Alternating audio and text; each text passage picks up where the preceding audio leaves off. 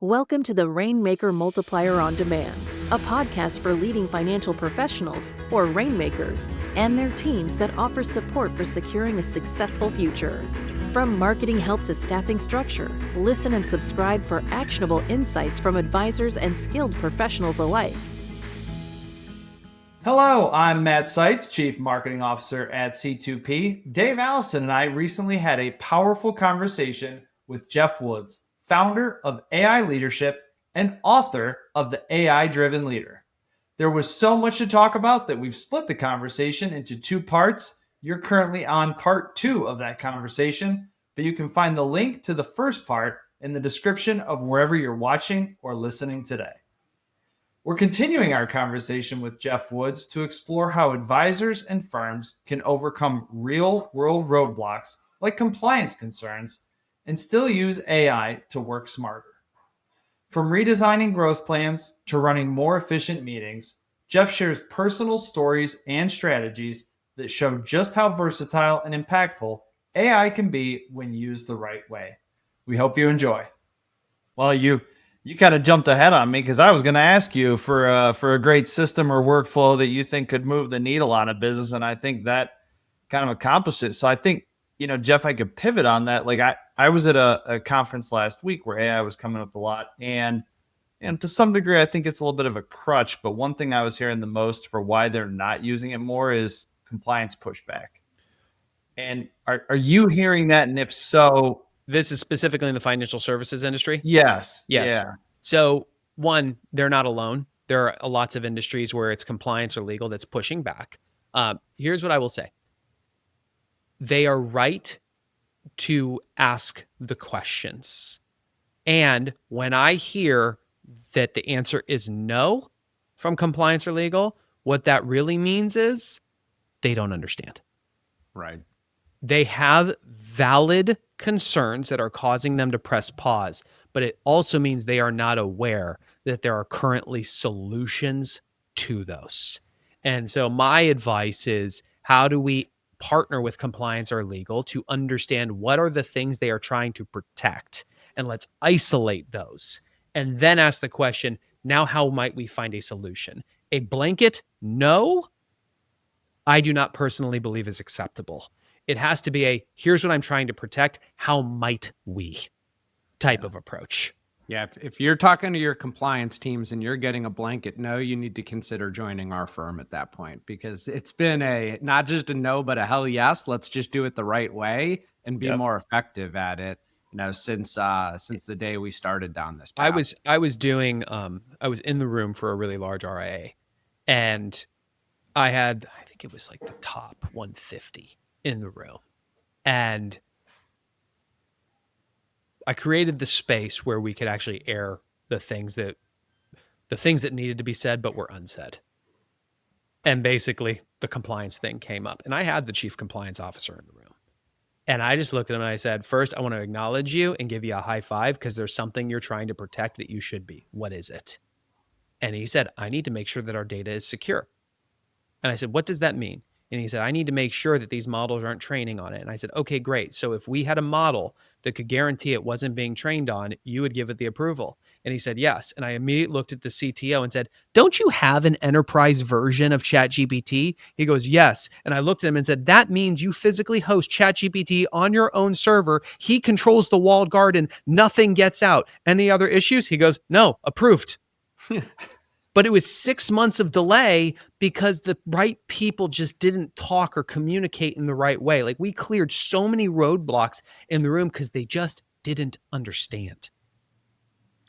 Yeah, 100%. Geoff, I want to go back to the strategic side of things and talk about, what you just shared in building out the board. I think that's brilliant. And, the reality of it is, it doesn't matter what role you're in an organization, whether you're the visionary or the CEO, or you're on a leadership team, or, in the weeds tactically, you can build out this committee of people to help you think through scenarios. I know, Matt shaking his head, like, one of the things that we've done is tried to empower our team that if you have an idea, go in and prompt that, hey, I'm about to go in and present to the president, the CEO, the CTO. help me vet out these ideas. Yes. But I'm curious, because on the board thing, I love that idea myself. About how long, I mean, are you using ChatGPT for that? Yes. Okay. Are It's a you custom built? project. What's that? Custom project. Custom project. Okay. So would you, for somebody that wanted to build something like that, is it just start a new conversation and then feed it all the context of who those board members are? My short answer is you're likely not ready for that. Okay. If you imagine dominoes, like you stand them up, you line them up, you knock the first one down first, you're trying to reach for the 8th domino. Until you've learned how to really nail 1 through 7, you haven't earned the right to go to 8. So I've acquired a level of skill that I can build complex personas and embed them into AI and get it to simulate those people. Here's where you can start. Just in any large language model, ChatGPT, Copilot, Claude, Gemini, Perplexity, Grok, any of them, start a chat and just say, hey, context, describe the situation. Roll. I want you to act as Steve Jobs. I really want you to pressure test my thoughts on my vision and our product design. Interview me. Ask me one question at a time like Steve would. And your task is to give me feedback on what you think is strong about my vision, what you think is not compelling about my vision, the top changes I'd have to make, and the non-obvious suggestions you might have on how we package and productize our offerings. You don't need that's domino 1. You could do that right now. That will be a mind-blowing exercise for you, which, by the way, you should be pausing this episode, rewinding, and just writing that prompt word for what I said. That's a great place to start. That is. And, Matt, one of the things that we did, again, like as Geoff shared a lot of this with our organization, we run on EOS, Entrepreneurial Operating System. So we had a quarterly rock where we really wanted to revamp our entire growth plan as an organization. We don't have a head of growth. We don't have a chief growth officer. We didn't have in the budget to go spend $400,000, $500,000, $600,000 hiring some of the best, heads of growth or chief growth officers. But one of the things that we did that was incredibly impactful is Matt Seitz, myself, and Jason's our CEO. We sat down and we used 2 strategic coach tools. We did an impact filter for really what we wanted to accomplish and what the success criteria of the rock was, of, really redefining our growth plan. And then we did another strategic coach tool called a strategy circle, which helped us outline all the obstacles that we knew of in our mind that could get in the way of us achieving what we wanted to out of the rock. And then what we did was we conducted, what was it, Matt, a 2 or a 3-hour Zoom meeting, because Matt and Jason are in Cleveland, I'm in Charleston. And I said, hey, let me bring up ChatGPT voice mode and have them participate in this meeting with us.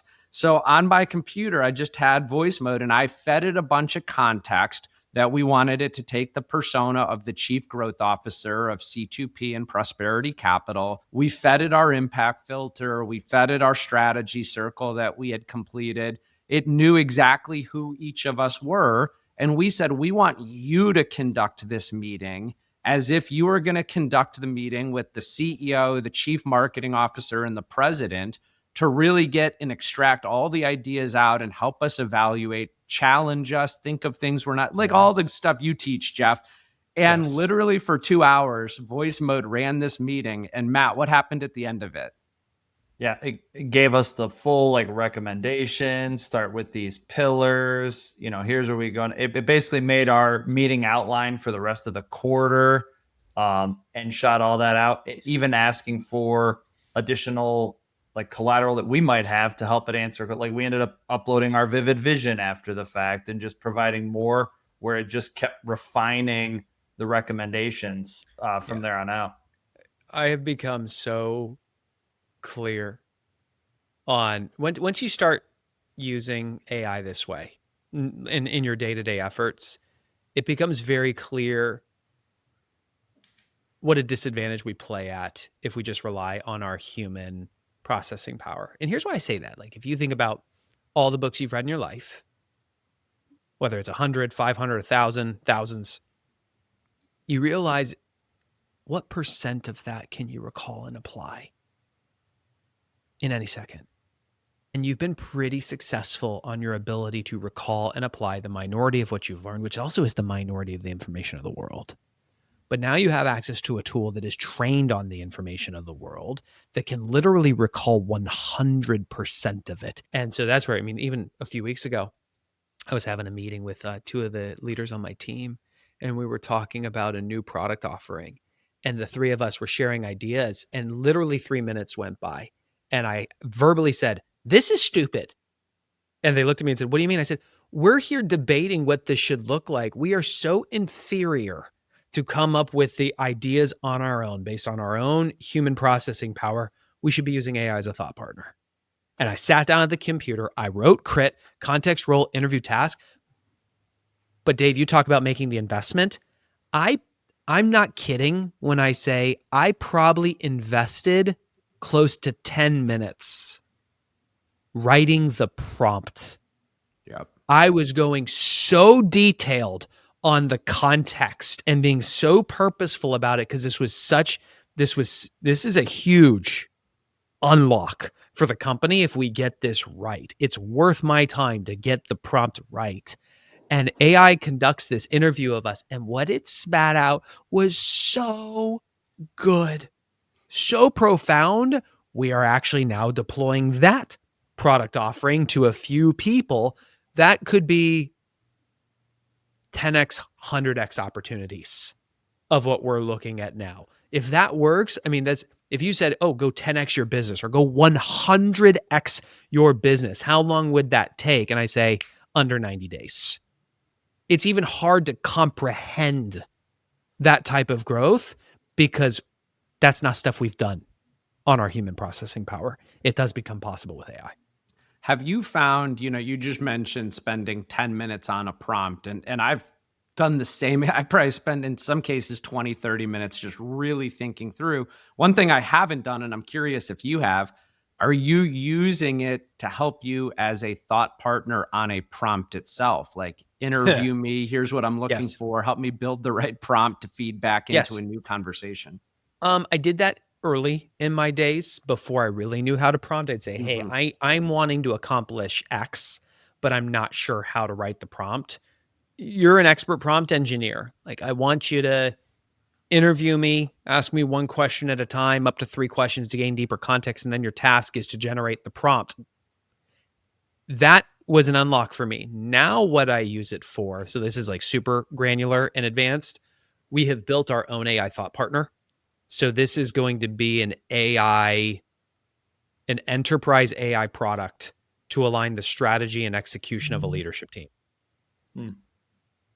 We have architected prompts, and my wording there is very purposeful. Architected prompts that are 1 to 3 pages long, that are embedded in the back end of the AI thought partner. So in May, when we had all the leaders in the offsite for the collective, they got the thought partner. They literally pushed a button that said, help me define my strategy. That executed a 3-page long prompt on the back end that helped them identify the business that would put them out of business and what it would look like for them to be the ones that built it first. And then agentic AI conducted competitive research to tell them where their strategy was strong, where it was weak, and the top changes they'd have to make so they would have a defensible, sustainable competitive advantage in an AI-driven future, and compress that into a single strategy statement they could align their entire workforce around in 10 minutes. I used AI to interview me to architect that prompt. That makes sense. That's awesome. That's like the 100th domino. I'm curious. That's going back to your past life. That's not the one thing to, right? The first one to kick it off. No, which is funny when you're like, yeah, it's been almost a year since we talked. And I'm like, oh man, so much has changed. It has. Well, Geoff, I know, we're on about 30, 35 minutes of your time here. This was awesome. I just want to share again on the personal side, it's not just about business and thought leadership. I mean, it's about time saving and cost savings on your personal life too. I mean, I just unfortunately got into a scenario. We were doing a huge renovation in our backyard, all under contract, and the contractor just totally reneged on our contract. And I was kind of left screwed, if you will. And what ended up happening is I took every single email, text message chain, voicemail, uploaded it all to ChatGPT with the original contract, with pictures of how the project was left off. And to your point, about 30 seconds, ChatGPT built me an 11-page legal case against this contractor, certified, mailed it to him, and guess what happened within 2 days? They came back and they agreed to fix everything and have gone down that path to do so. Now, I will say one of two things would have happened before the world of ChatGPT. Number one, I would have given up because it wouldn't have been worth my time to invest in the hundreds of hours it would have needed to fight that. Or I would have had to pay a law firm and they would have probably put in 100 hours to be able to build the whole case and be able to go after the contractor for that.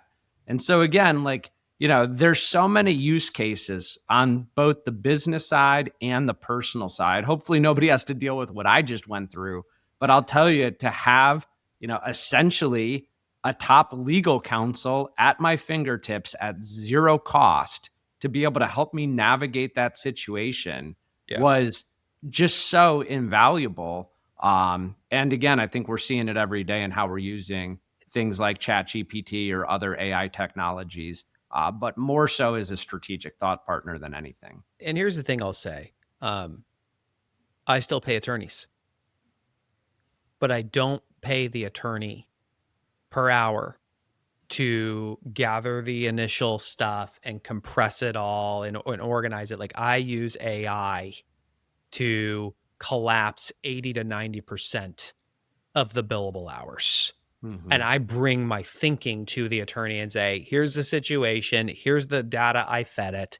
Here's the output. Here's the things I want your feedback on, because I still want their feedback. I did this with a brand strategist. She sent me a scope of work for what she thought would take 4 to 6 months of work. I sent it back to her done in 2 days and said, I'm sharing this with you because you would have to pull this out of my head anyway. So I just had AI act as you. I gave it your scope. I had it interview me, and I spent about 2-3 hours with AI to get it to this stage. You now have a solid first draft.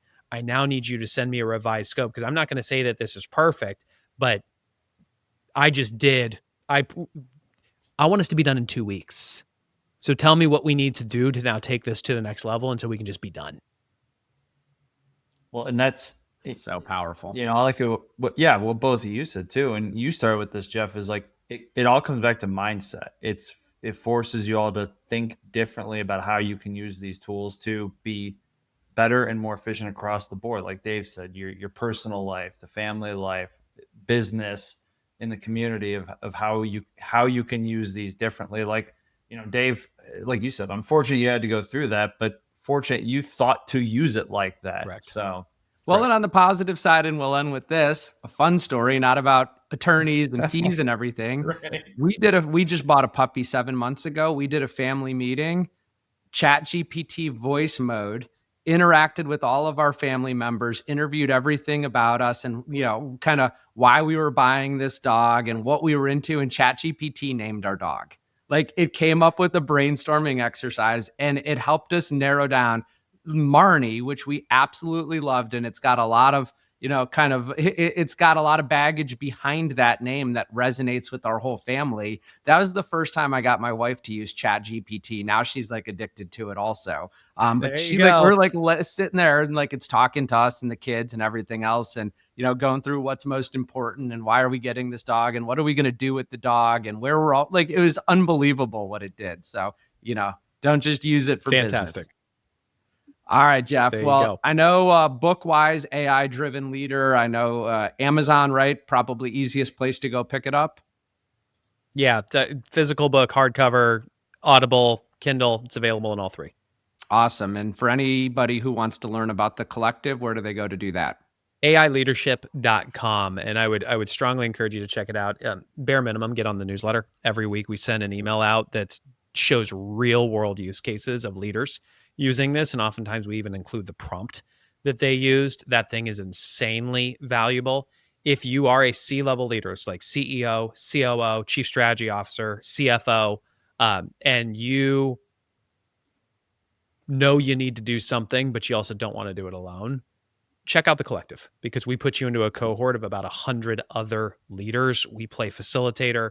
We centralize the knowledge on how every company is deploying this, and everybody has access to all of it. So then you have a very clear roadmap on how are you using this in a way that actually delivers better financial outcomes, actually leads to a higher performing team, a stronger competitive advantage. We just collapse the learning curve. Awesome. Definitely check that out. Matt, appreciate your time today. Geoff, as always, it was fantastic having you here, and we'll talk to you on the next one. Thanks for tuning in. This podcast was brought to you by C2P, an organization whose purpose is to educate, train, grow, and support holistic financial advisors so families can achieve true prosperity. Never miss an episode by subscribing now to discover new resources and strategies. Visit c2penterprises.com to learn how we can help scale and secure your business. At the time of delivery and any subsequent publishing, information was deemed reliable, but is subject to change by the time of listening or viewing.